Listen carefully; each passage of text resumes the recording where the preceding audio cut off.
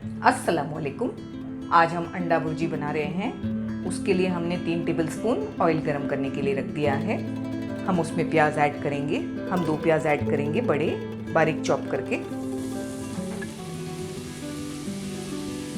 High flame करके 3 से 4 minute हम प्याज को चलाते हुए पकाएंगे। हमें प्याज को ज़्यादा ब्राउन नहीं करना है, बस नरम करना है। प्याज नरम हो चुकी है, बस ऐसी ही प्याज चाहिए हमें। हम इसमें 2 टीस्पून भरकर कश्मीरी मिर्ची पाउडर डाल देंगे। आप मिर्ची पाउडर अपने हिसाब से एडजस्ट कर सकते हैं। 1 चुटकी हल्दी पाउडर, थोड़ा हरा धनिया। इन तीनों चीज़ों को हम 1 मिनट पकाएंगे, फ्लेम को लो रखकर।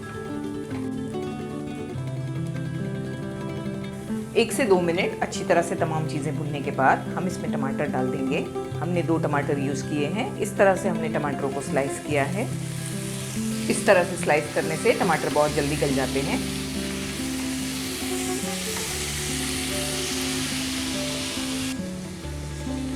थोड़ा नमक भी डाल देंगे, थोड़ा हरा धनिया।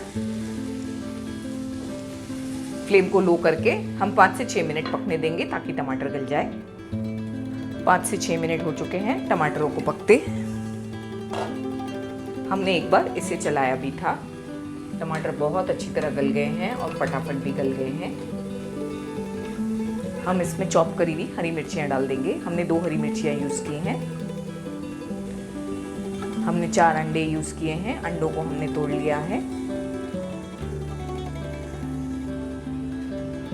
फ्लेम लो है। हम इस तरह से अंडों को बीट करके इसमें मिलाते जाएंगे हल्के हाथों से। हम फ्लेम को मीडियम करेंगे और इसमें 2 बॉइल्ड अंडे ऐड करेंगे। बॉइल्ड अंडों को हमने अच्छी तरह से ग्रेट कर लिया है। साथ में हम थोड़ा हरा धनिया भी ऐड करेंगे। हम इसमें 1 टेबलस्पून घी भी ऐड कर देंगे, इससे इसका फ्लेवर अच्छा आएगा। फ्लेम को मीडियम करके हमने अच्छी तरह से इसे पकाया है। इसकी कंसिस्टेंसी आपके ऊपर डिपेंड होती है। अगर आप नरम अंडा भुर्जी चाहते हैं जैसे कि ये है, तो आप इस पॉइंट पर फ्लेम को बंद कर दें। और अगर आप चाहते हैं कि ये थोड़ी हार्ड बने तो आप थोड़ा और पका लें, 2 से 3 मिनट, तो ये थोड़ी सी हार्ड हो जाएगी। हमें ये इसी तरह थोड़ी सॉफ्ट अच्छी लगती है। हम फ्लेम को बंद कर रहे हैं। हमने इस रेसिपी में 3 से 4 बार अलग अलग समय पर हरा धनिया ऐड किया है। आप भी इसी तरह अलग अलग समय पर ऐड करके बनाएं, इसका फ्लेवर अच्छा आएगा।